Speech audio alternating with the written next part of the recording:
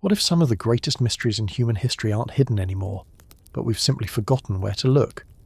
An ancient city buried beneath lava, a giant royal tomb larger than many famous pyramids, strange Roman objects that nobody can explain, a map that still sparks debate centuries after it was drawn, and discoveries so unusual that even archaeologists continue arguing about them today.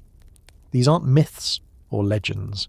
They're real places, real artifacts, and real mysteries that continue to challenge what we think we know about the ancient world.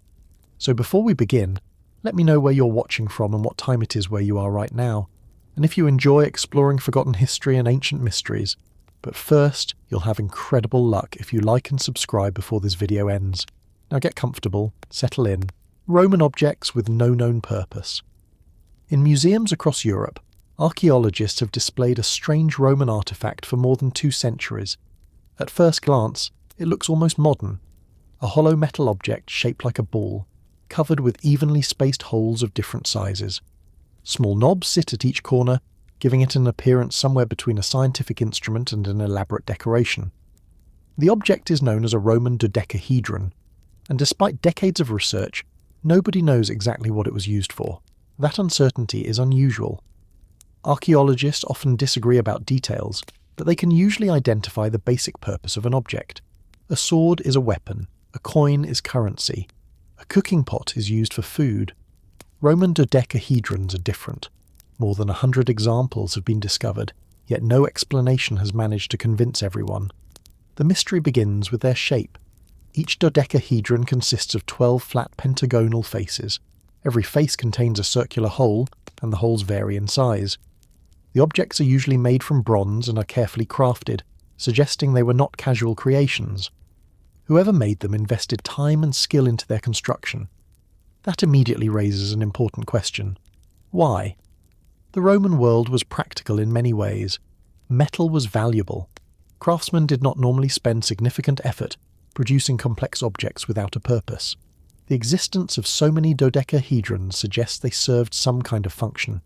The challenge is determining what that function was. Most examples have been discovered in regions that once formed the northwestern frontier of the Roman Empire.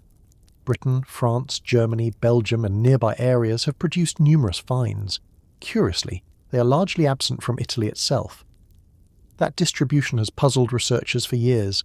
If the objects were common throughout the empire, examples would likely appear everywhere. Instead, they seem concentrated in specific regions. That pattern may be a clue. Some scholars believe the dodecahedron served practical purposes. One popular theory suggests they were measuring devices. Because the holes vary in size, users may have looked through them to estimate distances or dimensions. Others have proposed that they functioned as surveying tools used by soldiers or engineers. The idea sounds reasonable. The Romans were skilled builders and surveyors. Accurate measurements played an important role in constructing roads, fortifications, and cities. Yet evidence remains limited. No surviving Roman text clearly describes such a device, and that absence creates problems. The Romans wrote extensively about engineering, military equipment, and daily life. If dodecahedrons served an important technical purpose, many researchers would expect at least some written reference. None has been found. Other theories are far more unusual. Some suggest the objects were connected to religious ceremonies. A few dodecahedrons have been discovered in contexts that hint at ritual use, leading researchers to wonder whether they held symbolic significance. Ancient religions often employed specialized objects whose meanings are difficult for modern people to understand. If the dodecahedrons belong to that category, the mystery becomes easier to explain. Ritual items sometimes leave very little evidence behind. Another idea involves textiles. Several researchers have proposed that the objects may have been used in knitting or glove making. The different hole sizes could potentially help create various dimensions of fabric. Experiments have shown that certain textile techniques can be performed using replica dodecahedrons. But once again, certainty remains elusive. The theory explains some features while leaving others unanswered. Then there are the more imaginative suggestions: candlestick holders, children's toys, astronomical instruments, gaming devices, fortune-telling tools. Over the years, almost every possibility has been proposed. The sheer number of theories demonstrates how difficult the puzzle has become. Normally, archaeology relies on context. Objects are understood by examining where they were found and what was discovered alongside them. Roman dodecahedrons refused to cooperate. Some were found in settlements, others appeared in military locations, a few came from burial sites. The contexts vary enough that no single explanation fits perfectly. Even their size creates questions. Most are small enough to hold comfortably in one hand. That portability suggests personal use rather than large-scale industrial activity. People carried these objects, they interacted with them directly, but for what purpose? That question remains unanswered. Part of what makes the mystery so fascinating is that the Roman Empire is one of the best documented civilizations in history. Researchers have access to countless texts, inscriptions, monuments, and artifacts. Compared to many ancient cultures, the Romans left an enormous amount of information behind. Yet somehow these objects slipped through the cracks. More than 100 examples survive, and still no definitive explanation exists. The mystery reminds us that even well-known civilizations can surprise us.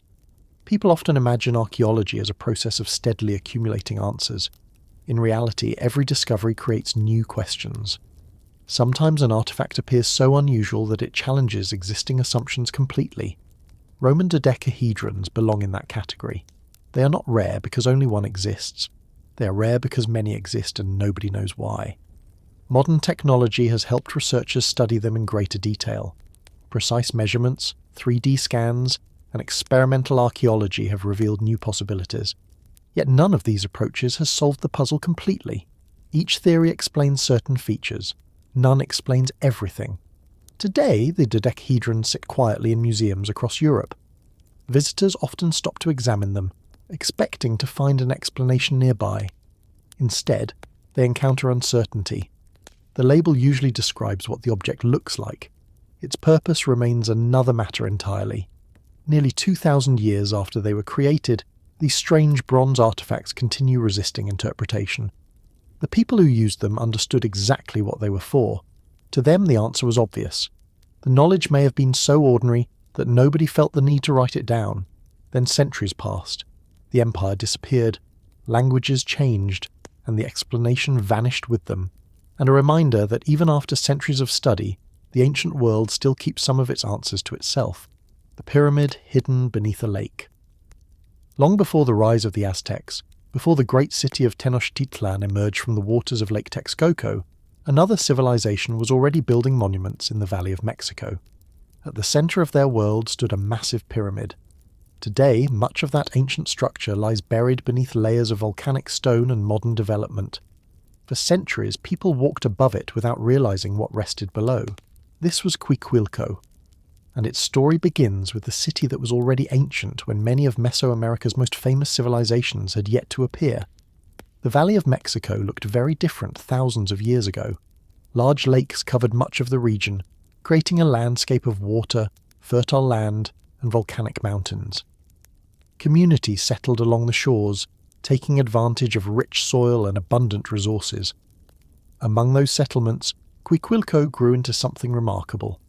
Archaeologists believe the city began developing around 700 BC and continued expanding for centuries.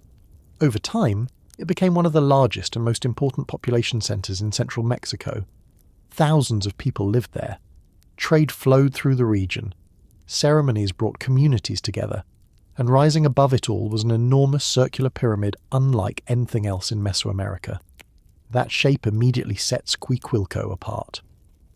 When most people imagine pyramids in ancient Mexico, they picture square structures with steep staircases leading toward temples at the top. Cuicuilco is different. Its pyramid is circular. Even today, researchers continue debating why its builders chose that design. Some believe the shape may have reflected religious beliefs connected to nature, astronomy, or cycles of time. Others suggest practical or ceremonial reasons. Whatever the answer, the monument remains one of the oldest large-scale pyramids ever built in the Americas. Constructing it required extraordinary effort. Workers moved huge amounts of stone and earth without metal tools, draft animals, or wheeled transport. Generation after generation contributed to the project. The pyramid was not simply a building, it was a statement, a visible symbol of power and organization. As Cuicuilco expanded, the city became a major regional center. Archaeological discoveries suggest a complex society with social organisation, trade networks, and religious traditions already well established. For a time, everything seemed to be moving in one direction: growth, prosperity, expansion. Then nature intervened. To the south of the city stood a volcano known today as Zeitel. At some point around the 1st centuries AD, it erupted. The event changed everything. Lava began flowing across the landscape, moving steadily toward populated areas. Unlike explosive eruptions that destroy cities in a matter of hours, lava flows can advance gradually. That does not make them less devastating. Entire communities are often forced to abandon homes, fields, and sacred places. Quiquilco found itself directly in the path of disaster. As molten rock spread across the region, large portions of the city were buried. Buildings disappeared beneath volcanic stone.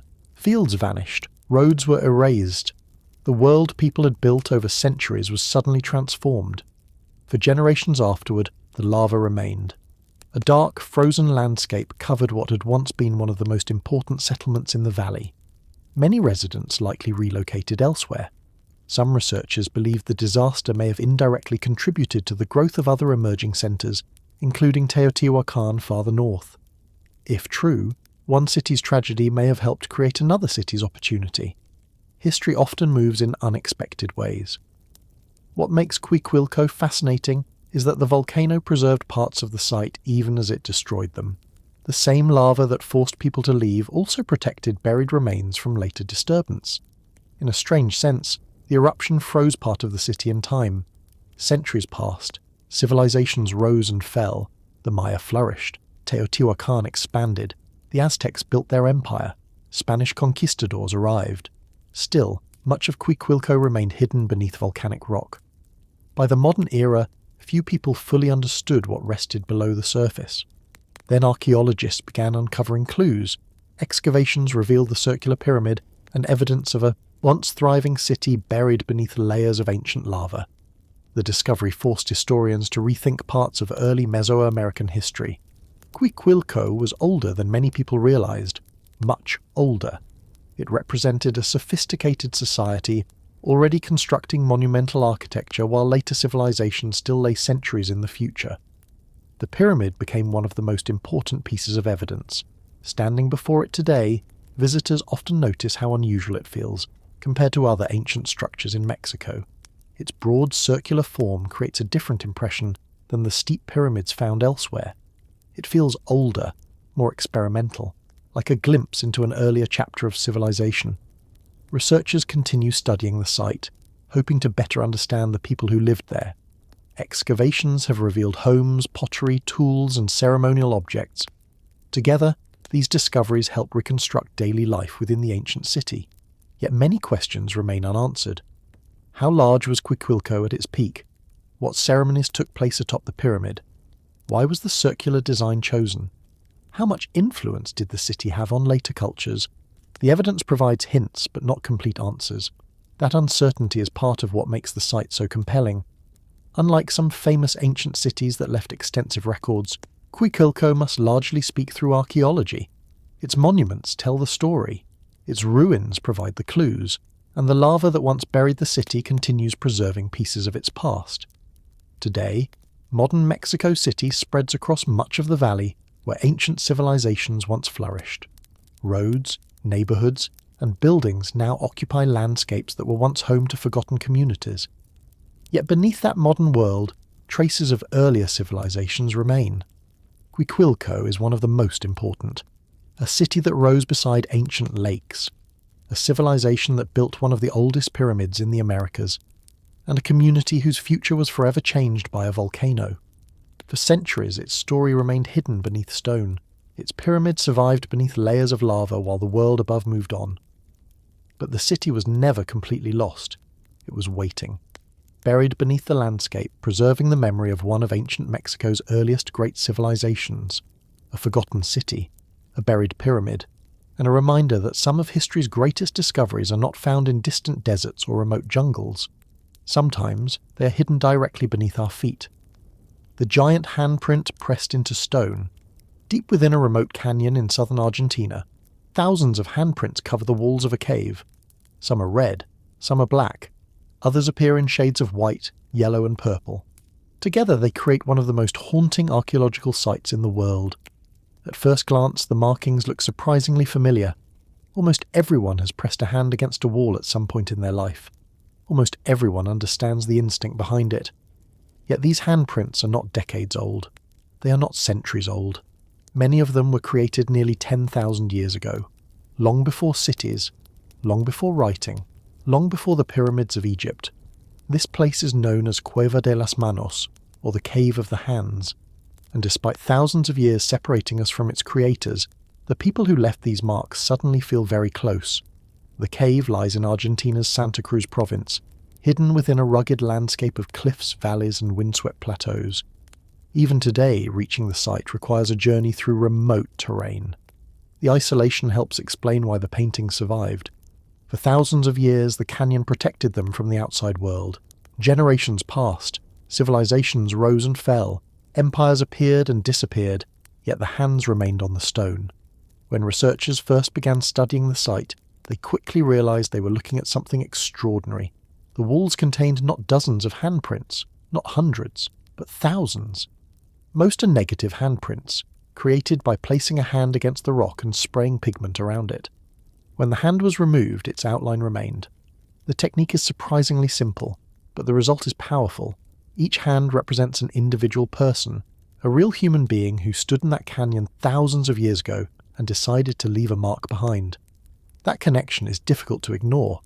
Unlike statues or monuments, handprints feel personal. They are direct, human. The size of the hands reveals another fascinating detail. Many belong to young people. Some may have belonged to teenagers, others possibly to children. Entire generations seem to have participated in creating the images. The cave was not the work of a single artist. It was the work of a community. And that community returned again and again over long periods of time. The handprints are not the only artwork found there. Paintings of animals appear throughout the site. Most depict guanacos, relatives of the llama that were essential to survival in the region. Hunters relied on them for food, clothing and materials. Scenes showing hunting activities appear on some sections of the wall, offering rare glimpses into daily life thousands of years ago. For archaeologists, these paintings are invaluable. Very few records survive from such distant periods of human history.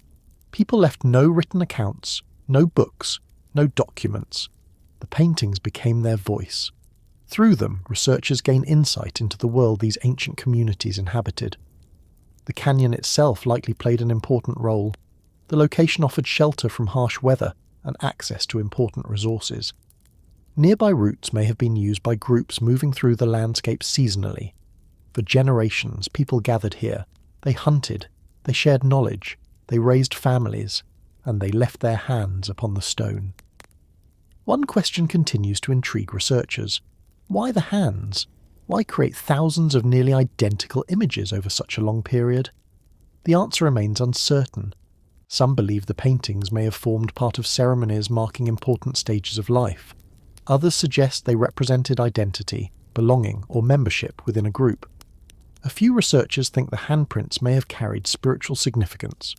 Perhaps they connected people with ancestors. Perhaps they marked important events. The truth may never be known. The people who created the images left no explanation, only the images themselves. Yet perhaps that mystery is part of their power. When modern visitors stand before the walls, they experience something unusual. The paintings do not feel distant. They do not feel abstract. A handprint is immediately recognizable. Without needing words, it communicates something deeply human. Someone was here. Someone touched this place. Someone wanted to be remembered. That message survives across thousands of years. The majority of the handprints appear to be left hands. Researchers believe many artists held pigment-spraying tools in their right hands while placing their left hand against the wall. That small detail transforms the images from symbols into actions. You can almost picture the moment. A person approaches the rock, places a hand against the surface, sprays pigment, steps back, and leaves behind a mark that will outlive them by millennia. Few people could have imagined their artwork surviving for 10,000 years. Yet, somehow it did. The dry conditions of the region helped preserve the paintings. The cave's location offered additional protection from rain and sunlight. Nature became an accidental guardian. Without those conditions, the images might have disappeared long ago. Instead, they remain among the oldest and most remarkable examples of rock art in the Americas. Modern technology continues revealing new details about the site. Researchers analyze pigments, study painting techniques, and examine surrounding archaeological evidence. Each discovery improves understanding of the people who once lived there. Yet the most important aspect of Cueva de las Manos may not be what it tells us about technology or survival.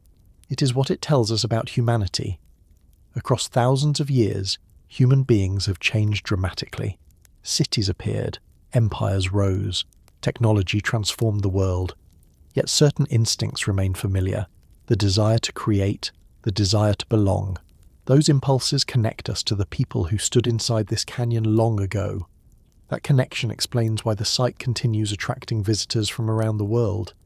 People arrive expecting ancient artwork. They leave feeling something else, a sense of contact with the distant past. Not through kings or monuments, not through wars or empires, but through ordinary people. People whose names are gone, people whose language has disappeared, people who left behind only the outlines of their hands. And somehow, after nearly 10,000 years, that was enough. Because high on the walls of a remote Argentine canyon, thousands of silent handprints still remain, and a mark that would survive for millennia. The mountain tombs nobody studies. When most people think about ancient royal tombs, they imagine the pyramids of Egypt or the mausoleums of China. Very few think about South Korea. Yet in the ancient city of Gyeongju, hundreds of enormous grassy mounds rise from the landscape. Some stand alone, others appear in clusters. To an unfamiliar visitor, they look like ordinary hills scattered throughout parks and neighbourhoods. But these hills are not natural. They are royal tombs, and for more than 1,000 years they have quietly guarded the remains of kings, queens and nobles from one of East Asia's most successful kingdoms. The tombs belong to the Silla kingdom, which ruled much of the Korean peninsula for nearly a millennium. During its height, Silla was a major regional power with thriving trade networks, sophisticated craftsmanship, and a royal court that competed with some of the most influential states in Asia. Its capital was Gyeongju. For centuries, this city served as the political and cultural centre of the kingdom. Rulers governed from here, major ceremonies took place here, and many members of the royal family were eventually buried here as well. That decision transformed the landscape. Instead of constructing giant stone pyramids, Silla rulers chose a different approach. Massive burial chambers were built underground and then covered with huge amounts of earth, creating the rounded mounds that remain visible today. Some of them are surprisingly large. Standing beside one, it becomes clear that these were major construction projects requiring enormous labour and resources. The tombs may look simple from the outside, but their design was remarkably effective. A wooden burial chamber was first built deep inside the ground. Valuable objects were placed alongside the deceased. The chamber was then surrounded by stones and covered with layers of earth until a massive mound formed above it. This construction method created an unexpected advantage. It made many tombs extremely difficult to rob. Throughout history, countless royal burials around the world were looted long before archaeologists could study them.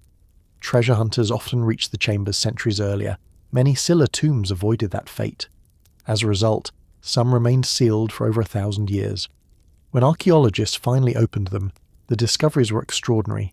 Inside were gold crowns, necklaces, jewellery, weapons, ceremonial objects, and luxury goods that had survived for centuries. The artefacts revealed a kingdom far wealthier and more sophisticated than many people had realised. Among the most famous discoveries were the golden crowns. These crowns are unlike almost anything found elsewhere in the world. Delicate gold branches rise upward from the headpiece, creating shapes that resemble trees or antlers. The craftsmanship is incredibly detailed, especially considering the age of the objects. Even today, they remain some of the most important treasures in Korean history. The tombs also revealed evidence of long-distance trade.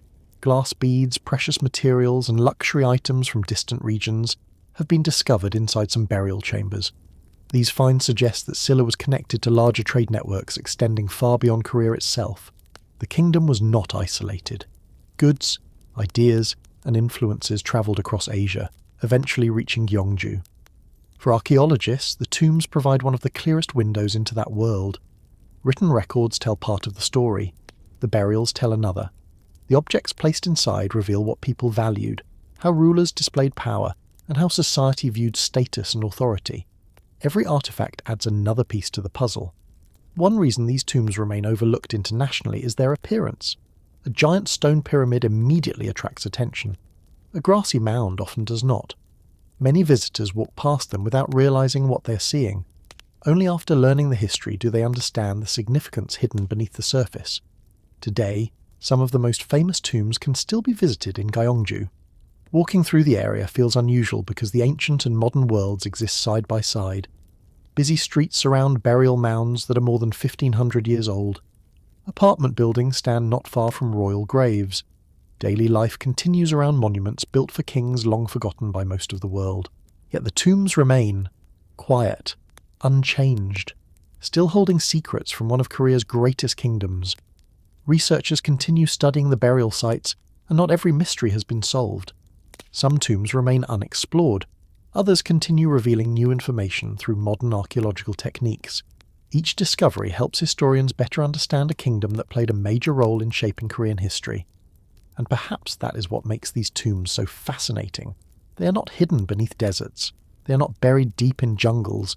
They sit openly in the middle of a modern city, looking like ordinary hills while concealing some of the richest royal burials ever discovered in East Asia. For more than 1,000 years they have watched over Gyeongju, and even today many people pass them without realizing they are looking at the resting places of kings. Ancient city, buried in turquoise sand. Far out on the edge of the Taklamakan Desert, where vast stretches of sand meet some of the harshest landscapes in Asia, lie the ruins of a forgotten city. Today, little remains except crumbling walls, scattered foundations, and traces of structures slowly being reclaimed by the desert. Yet nearly 2,000 years ago, this was a thriving settlement connected to one of the most important trade networks in human history. This was Meran, and for centuries it stood at the crossroads of cultures, religions, and empires. The region surrounding Meran looks unforgiving today. Dry winds sweep across the landscape, rainfall is scarce, and survival appears difficult even with modern technology. But ancient travellers saw something different. They saw opportunity. Meran occupied a strategic position along routes that eventually became known as the Silk Road. Merchants moving between China, Central Asia, and regions farther west passed through this area carrying goods, ideas, and technologies. Silk travelled these routes. So did spices, precious stones, artwork, and religious beliefs. The city became part of a network that connected distant civilizations across thousands of kilometers. For a settlement located on the edge of a desert, that connection meant everything. Without trade, Meran might never have existed. With trade, it flourished. Archaeologists believe the area was occupied for centuries, serving both commercial and military purposes. At different points in its history, the settlement was influenced by powerful states competing for control of valuable routes across Central Asia. Whoever controlled Meran gained access to an important gateway through the desert. That made the city valuable, and valuable places rarely remain unnoticed for long. One of the most surprising discoveries at Meran involved religion. Among the ruins, researchers uncovered evidence of Buddhist temples and monasteries. Paintings, sculptures, and architectural remains revealed a community deeply connected to the spread of Buddhism across Asia. The discovery highlighted something historians had long suspected. The Silk Road was never just about trade. Ideas travelled those routes as well. Religions spread, languages mixed, cultures interacted. Meran became one of the places where those exchanges occurred. Some of the artwork discovered at the site surprised researchers even further. Certain paintings appeared to show influences from regions far to the west. Elements of the artistic style reminded scholars of traditions associated with cultures connected to the Mediterranean world. The findings demonstrated just how interconnected ancient societies could become. Goods were not the only things crossing continents. Artistic ideas were travelling too. Imagine arriving at Meran during its peak. Caravans would have appeared regularly on the horizon. Traders speaking different languages might have gathered in the same marketplace. Travellers from distant lands exchanged stories, goods, and information. The city stood in the middle of a much larger world. For local residents, foreign visitors were probably a normal part of life. That constant movement helped shape the character of the settlement. Yet life on the edge of the desert was never easy. Everything depended on access to water. Fields required irrigation.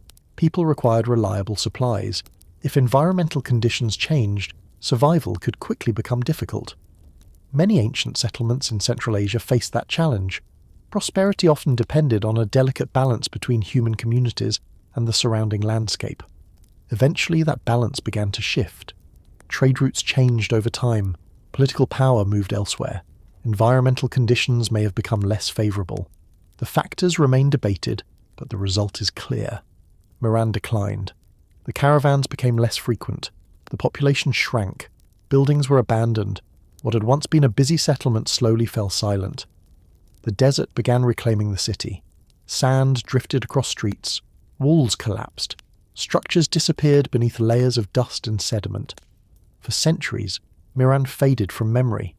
Travellers passed through the region without fully understanding what had once stood there. The city became another forgotten chapter in the long history of the Silk Road. Modern archaeology eventually brought that chapter back into view. Explorers and researchers working in the region began documenting the ruins and uncovering evidence of the settlement's past. Temples emerged from the sand. Fortifications became visible once again. Artifacts revealed connections stretching across vast distances. The discoveries transformed understanding of the area. Miran was not a small isolated outpost. It had been an important participant in one of history's greatest networks of exchange. Today, the ruins remain in a remote and challenging environment. Visitors who reach the site encounter a landscape very different from the bustling city that once stood there. Silence dominates the area. The desert stretches toward the horizon. Only fragments remain to hint at the lives once lived there. Yet those fragments tell a remarkable story. They speak of merchants crossing continents, of monks carrying religious teachings across Asia, of cultures meeting in unexpected places, and of a city that survived for centuries on the edge of one of the world's harshest deserts. Perhaps that is what makes Miran so fascinating. It reminds us that history's most important places are not always the largest or most famous. Sometimes they are remote settlements few people remember today, places that connected worlds, places that helped ideas travel across continents, places that flourished, disappeared, and were eventually buried beneath the sand. For hundreds of years, Miran remained hidden beneath the desert landscape. Its temples crumbled, its streets vanished, its people were forgotten. But the city never disappeared completely. The sand preserved enough of its story for archaeologists to uncover it once again. And today, the ruins of Miran stand as a reminder of a time when travellers crossed deserts carrying goods, beliefs, and knowledge between distant civilizations, a forgotten city, a lost Silk Road crossroads, and an ancient settlement buried beneath the sands of western China. Queen covered in red dust. In 1994, archaeologists working deep within the ancient Maya city of Palenque made a discovery they were not expecting. Hidden inside a stone tomb was the skeleton of a woman buried with extraordinary wealth. Jade ornaments surrounded her remains. Precious objects filled the chamber. Everything about the burial suggested she had been one of the most important people in the kingdom. But it was not the jewellery that captured attention. It was the colour. The entire burial appeared covered in a vivid red substance. The bones, the artefacts, even parts of the tomb itself. Everything seemed coated in crimson dust. The discovery was so striking that archaeologists gave the woman a name that remains famous today: the Red Queen. More than 1,000 years after her death, she remains one of the greatest mysteries of the Maya world. The tomb was discovered within the temple, 13 complex at Palenque, one of the most important ancient cities in southern Mexico. During its peak, Palenque was a powerful kingdom, known for impressive architecture, sophisticated artwork, and influential rulers. The city flourished during the classic Maya period, a time when large urban centres dominated much of the region. Kings commissioned temples, artists produced remarkable carvings, and royal families competed for power and prestige. The Red Queen clearly belonged to that world. Her tomb was located near one of the most famous rulers in Maya history, Kinich Janab Pakal, often known simply as Pakal the Great. Pakal's own burial had already transformed understanding of Maya civilization decades earlier. His elaborate tomb revealed a level of sophistication many researchers had previously underestimated. Now, archaeologists were facing another extraordinary burial, only a short distance away. Naturally, questions emerged immediately. Who was she? Why was she buried here? And why was everything covered in red? The answer to the final question proved easier to understand. The red material was cinnabar, a mineral rich in mercury that was widely used throughout parts of the ancient world. Its bright colour made it especially important in ceremonial and royal contexts. For many cultures, red symbolised power, life, blood, rebirth, or spiritual transformation. The Maya were no exception. Covering important burials with cinnabar appears to have been part of certain elite funerary traditions. Yet even knowing that, the tomb remained unusual. Large quantities of the material had been used. The effect must have been dramatic when the burial was first sealed. The woman was not simply placed in a tomb. She was surrounded by symbols of status and ceremony. The objects buried with her reinforced that impression. Archaeologists discovered jade jewellery, decorative items, and valuable offerings placed alongside the remains. Jade was especially important in Maya society. It represented wealth, authority, and prestige. Not everyone could be buried with such treasures. The presence of so many valuable objects strongly suggested royal status. The bigger mystery was identity. The tomb contained no inscription directly naming the woman. Unlike some royal burials, no clear written record survived to explain exactly who she was. Researchers therefore had to rely on clues: her age, her location, the objects buried beside her, the political history of Palenque. Slowly, a theory emerged. Many scholars believe the Red Queen may have been Lady Tzakbu Ajau, the wife of Pakal the Great. She would have been one of the most powerful women in the kingdom, and an important member of the royal family. The evidence is compelling, but certainty remains difficult. Ancient mysteries rarely provide perfect answers. For archaeologists, that uncertainty is both frustrating and exciting. Every new discovery adds information while creating new questions. The Red Queen is a perfect example. Researchers know she was important. They know she belonged to the highest levels of society. They know extraordinary resources were devoted to her burial. Yet some details remain just beyond reach. The tomb itself also provides valuable insight into Maya beliefs about death. Royal burials were not simply about preserving remains. They were statements of authority and continuity. The dead remained connected to the living through memory, ritual, and political legitimacy. A ruler's family continued influencing society even after death. That connection helped reinforce royal power. The Red Queen's burial reflects that idea perfectly. Everything about the tomb communicates importance. Nothing was accidental. Every object carried meaning. Every detail reflected status. Even the red cinnabar itself likely served a symbolic purpose beyond decoration. Today, Palenque remains one of the most remarkable archaeological sites in the Americas.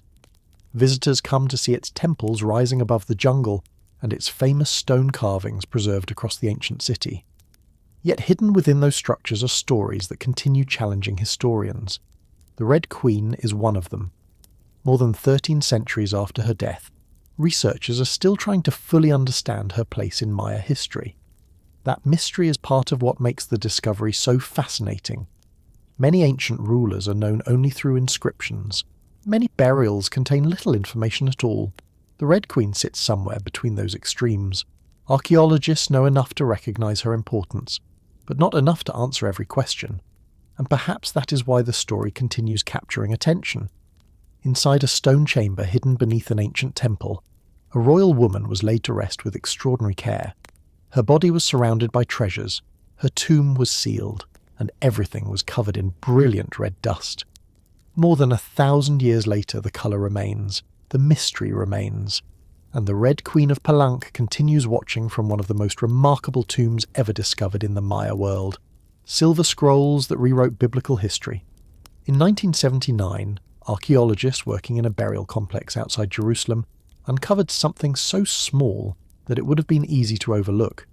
It wasn't a golden treasure, it wasn't a royal tomb, and it certainly didn't look like a discovery that would attract international attention. At first, it appeared to be nothing more than 2 tiny pieces of rolled silver, corroded, fragile, and impossible to read. But hidden inside those delicate silver scrolls was a message that had survived for more than 2,500 years. And when researchers finally managed to read it, they realized they were looking at one of the most important archaeological discoveries ever connected to the Bible. The scrolls were found at Ketef Hinnom, an ancient burial site overlooking Jerusalem. The area contained a series of rock-cut tombs used centuries before the city became the center of major empires. Archaeologists had been excavating the site when they uncovered a chamber filled with burial objects, jewellery, pottery, personal belongings, and among them were two tightly rolled strips of silver. At first glance, they did not seem especially remarkable. The real challenge was opening them. After centuries underground, the metal had become extremely fragile. Any attempt to force the scrolls open could destroy them forever. Researchers faced a difficult problem. The writing, if any existed, was trapped inside. Yet trying to reach it might erase it completely. For years, the scrolls remained unread. Then conservation specialists developed a method for carefully unrolling the silver without destroying it. The process was slow and delicate. Every movement carried risk. One mistake could have turned the ancient artifacts into fragments. Eventually the silver sheets were opened, and tiny lines of ancient Hebrew writing began to emerge.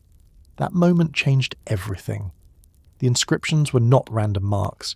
They were recognizable words that appeared strikingly familiar. As scholars examined the text, they realized portions closely matched a well-known biblical blessing found in the Book of Numbers.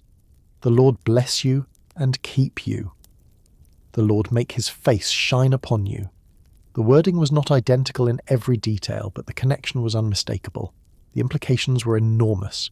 The Ketef Hinnom scrolls were dated to around the 7th century BC, making them older than the Dead Sea Scrolls by several centuries. In fact, they became the oldest known surviving biblical text ever discovered. That is why the find attracted so much attention.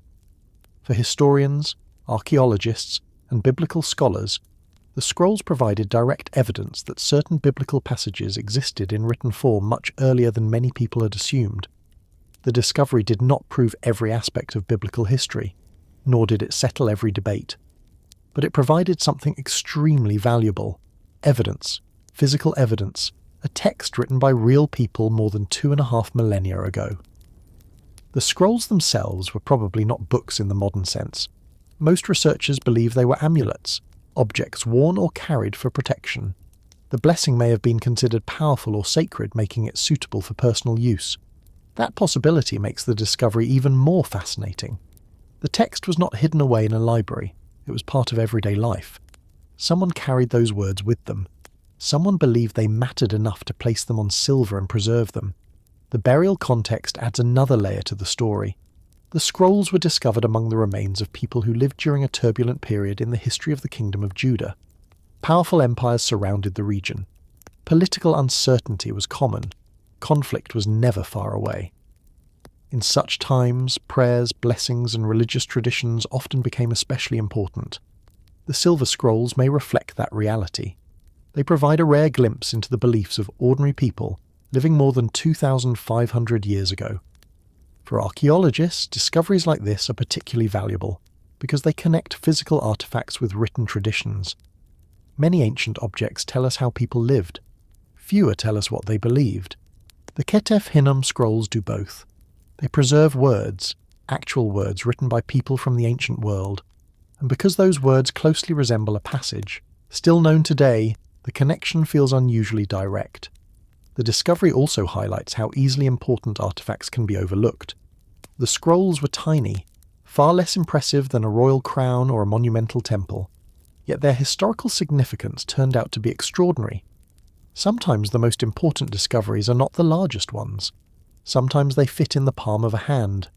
Modern technology continues helping researchers study the inscriptions in greater detail. High-resolution imaging has revealed features difficult to see with the naked eye, and allowed scholars to examine damaged sections more carefully. Even after decades of study, the scrolls continue contributing to discussions about ancient texts and religious history. That ongoing importance is remarkable considering their size. 2 small pieces of silver changed conversations that had lasted for generations. Today, the Ketef Hinnom scrolls remain among the most significant archaeological discoveries ever made in Jerusalem. Not because they contain treasure, not because they belonged to a king, but because they preserved a voice from the distant past, a voice written more than 25 centuries ago, a voice that survived wars, empires, invasions, and the passage of time itself. And when archaeologists finally unrolled those fragile sheets of silver, they uncovered something few discoveries ever provide: a direct connection between the ancient world and words that are still recognized today, tiny scrolls, a forgotten tomb, and a discovery that forever changed the study of biblical history: burial mounds bigger than pyramids. When people think about the world's largest tombs, they usually imagine the pyramids of Egypt. Some think of China's imperial mausoleums. Very few think of Japan. Yet hidden across the Japanese landscape are enormous burial monuments so large they can be seen from the air. Some occupy more land than many famous ancient structures. Others dominate entire sections of the countryside. For centuries, they remained largely untouched. And even today, many of them are still surrounded by mystery. These are the Kofun tombs, and some of them are among the largest burial monuments ever built anywhere in the world. The word Kofun simply means ancient burial mound. But that simple description does not prepare visitors for their scale. Many Kofun appear as massive artificial hills surrounded by moats.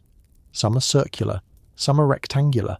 Others have a unique shape often described as a keyhole when viewed from above. That keyhole design became one of the defining features of ancient Japan. The largest examples are truly enormous.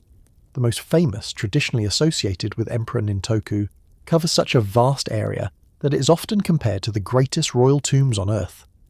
From ground level, its true size is difficult to appreciate. Only from above does the monument reveal its full shape. The structure occupies hundreds of acres. Trees cover much of its surface today, making it resemble a giant forest rising from the surrounding city. Yet beneath those trees lies an ancient royal tomb. The Kofun period lasted roughly from the 3rd to the 6th century AD. During this time, powerful rulers emerged across Japan, gradually establishing political systems that would shape the country's future. The construction of giant tombs became one way for these rulers to display authority. Building a monument on such a scale required organisation, resources, and labour. Thousands of people would have been involved. Earth had to be moved. Moats had to be excavated. The landscape itself had to be reshaped. The larger the tomb, the greater the statement. These were not simply graves, they were symbols of power visible for generations. Archaeologists believe many Kofun were built for kings, queens, and elite members of society. Valuable objects were often buried alongside the dead. Excavations at some sites have uncovered weapons, armour, jewellery, mirrors, and ceremonial items. These discoveries reveal a society becoming increasingly complex and connected. Trade played an important role. Certain artefacts show influences from Korea and China, demonstrating that ancient Japan was already participating in wider regional networks. Ideas and technologies moved across the sea alongside goods. The tombs preserve evidence of those connections. One of the most distinctive features associated with Kofun are the haniwa. These were clay figures placed around tombs and ceremonial areas. Some resemble people. Others depict animals, houses, or objects from daily life. Researchers still debate their exact purpose. They may have served ritual functions, marked sacred space, or symbolized protection. Whatever their role, they provide fascinating glimpses into ancient Japanese society. Looking at them today feels almost like meeting the people who created them. Despite decades of research, many Kofun remain difficult to study. The largest tombs are especially challenging. Some are traditionally considered imperial burial sites and are protected from extensive excavation. As a result, archaeologists know surprisingly little about what lies inside certain monuments. Modern technology has provided some answers. Ground surveys, aerial photography, and remote sensing have revealed details about construction and layout. Yet many questions remain. Who exactly was buried within these giant mounds? What ceremonies accompanied their construction? What treasures might still remain hidden inside? The uncertainty has only increased public fascination. Unlike many famous archaeological sites that have been thoroughly excavated, some of Japan's greatest tombs still keep their secrets. That situation is rare in archaeology. Usually, researchers eventually gain access to the interiors of major monuments. With certain Kofun, that process remains limited. The result is a strange combination of knowledge and mystery. We know the tombs are there. We know they are enormous. We know they played a central role in ancient Japan, but some of their most important details remain hidden. Over time, the construction of giant coffin gradually declined. Political structures evolved, religious beliefs changed, new traditions emerged. The era of monumental burial mounds eventually came to an end. Yet the tombs remained. Cities expanded around them. Roads appeared. Modern buildings surrounded ancient landscapes. Still, the giant mounds survived. Today, some sit in the middle of densely populated areas, creating a remarkable contrast between past and present. Visitors often find that contrast surprising. A modern city stretches in every direction, yet at its centre stands an enormous monument built more than 1,500 years ago. The tombs feel both familiar and mysterious, visible to everyone, understood by no one completely. Perhaps that is why they continue attracting attention. The Kofun tombs challenge common assumptions about ancient history. Many people are unaware that Japan once built burial monuments rivaling the scale of the world's most famous royal tombs. They expect castles, temples, samurai history. Instead, they discover giant earthworks larger than many pyramids, ancient monuments hidden beneath forests, royal tombs whose secrets may still lie untouched underground. And that is what makes the Kofun so remarkable. For more than 15 centuries, these massive burial mounds have watched over the Japanese landscape. Empires rose, governments changed, cities expanded, yet the tombs endured. Silent reminders of an age when rulers measured power not only by armies or wealth, but by the size of the monuments they left behind. And some of those monuments became so large that, even today, they rank among the greatest burial structures ever created by human hands. Civilization that vanished. In an instant. Around 13,000 years ago, some of the first people to spread across large parts of North America left behind a trail of remarkable artifacts. Stone spear points, hunting tools, ancient campsites, evidence of a culture that appeared across enormous distances with surprising speed. Today, archaeologists call them the Clovis people. For decades, many researchers believe they represented the earliest widespread culture in North America. But what makes the Clovis story truly fascinating is not how they appeared, it's how quickly they seem to disappear. In archaeological terms, the Clovis culture existed for only a brief moment. Then, quite suddenly, the distinctive tools that defined them largely vanished from the record. Something had changed, and for years archaeologists have debated exactly what happened. The Clovis culture takes its name from a site near Clovis, New Mexico, where distinctive stone spear points were first identified during the 20th century. These points are easy for archaeologists to recognise. They are carefully crafted, sharp, and feature a unique groove known as a flute running along part of the blade. Creating them required considerable skill. The craftsmanship suggests experienced toolmakers passing knowledge between generations. Over time, similar points were discovered across much of North America. The distribution surprised researchers. The same general technology appeared thousands of kilometres apart. This was not a small isolated community. It was a culture spread across a vast landscape. The world inhabited by the Clovis people looked very different from modern North America. Large ice sheets still covered portions of the continent. Temperatures were cooler, and many animals familiar today either did not exist or occupied different ranges. At the same time, enormous Ice Age creatures roamed the landscape. Mammoths, mastodons, giant bison, ancient camels, ground sloths larger than modern bears. For Clovis hunters, these animals represented both opportunity and danger. Archaeological sites show evidence that some of these creatures were hunted. Stone tools have been found alongside mammoth remains at several locations, suggesting that large game played an important role in survival. For years, this image dominated public understanding of the Clovis people. Expert hunters pursuing giant Ice Age animals across open landscapes. The reality was probably more complex. Like most human groups, they likely relied on a variety of food sources depending on local conditions. Hunting was important, but so were gathering, fishing, and adapting to different environments. The real mystery begins near the end of the Clovis period. Around 12,800 years ago, dramatic changes began affecting the world around them.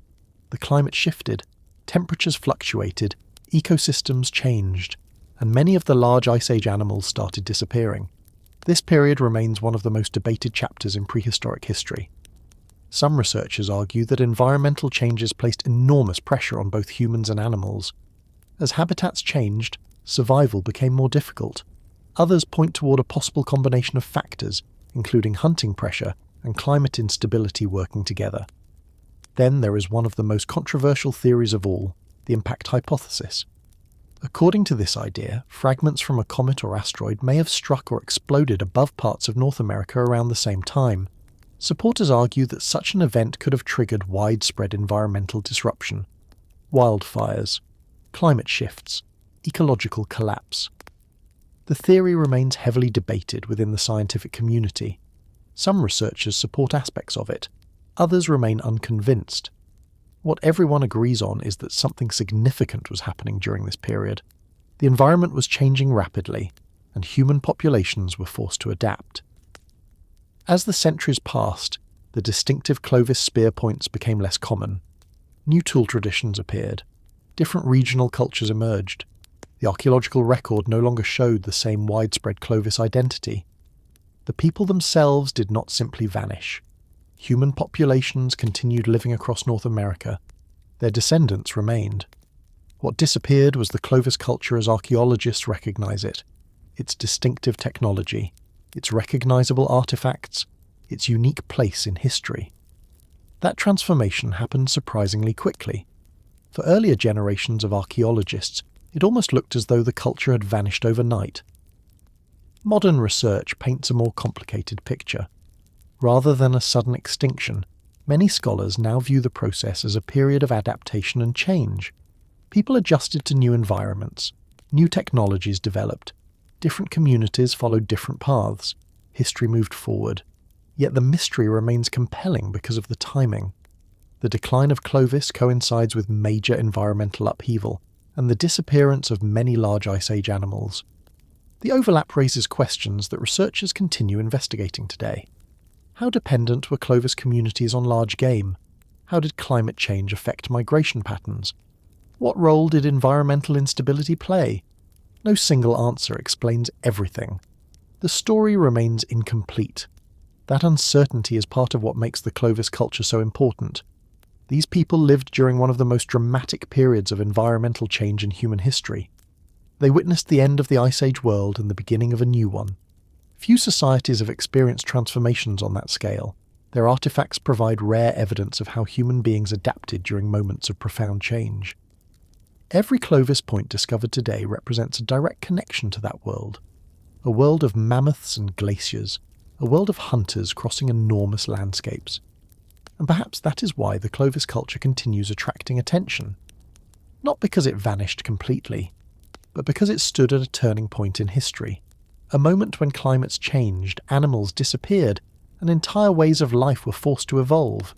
The people endured, humanity endured, but the world they knew did not, and buried beneath fields, deserts, and ancient campsites across North America are the traces of a culture that witnessed one of the greatest transitions in prehistoric history. A civilization that seemed to vanish in an instant, and a mystery that archaeologists are still trying to fully understand. The map that drew a lost world. In 1929, researchers working inside an old palace in Istanbul discovered part of a map that would eventually become one of the most debated artifacts in cartographic history. At first, it seemed like an ordinary historical document. The map was drawn on gazelle skin. It showed coastlines, islands, and portions of the Atlantic Ocean. Nothing about it immediately suggested a mystery. But as scholars studied it more closely, strange questions began to emerge. Some coastlines appeared surprisingly accurate. Certain regions seemed far more detailed than expected, and before long, people were asking whether the map showed knowledge that should not have existed at the time. The document became known as the Piri Reis map. More than 500 years after it was created, it remains one of the most famous maps in the world. The map was drawn in 1513 by Piri Reis, an Ottoman admiral and navigator. Unlike many mapmakers of his era, Piri Reis left notes explaining some of his sources. According to his own writings, he compiled information from multiple earlier maps and navigational charts available during his lifetime. Some came from Portuguese sailors, others originated from Arab traditions, and at least one source was said to have been connected to the voyages of Christopher Columbus. In many ways, The map represented a collection of geographical knowledge gathered from different parts of the world. That alone made it valuable. The early 16th century was an age of exploration. European powers were crossing oceans, discovering new trade routes, and attempting to map regions previously unknown to them. Accurate geographical information was extremely important. Ships depended on it. Empires depended on it. Mistakes could be costly. Piri Reis understood this better than most. His career placed him directly within a world shaped by navigation and maritime travel. What surprised researchers was the quality of certain sections of the map.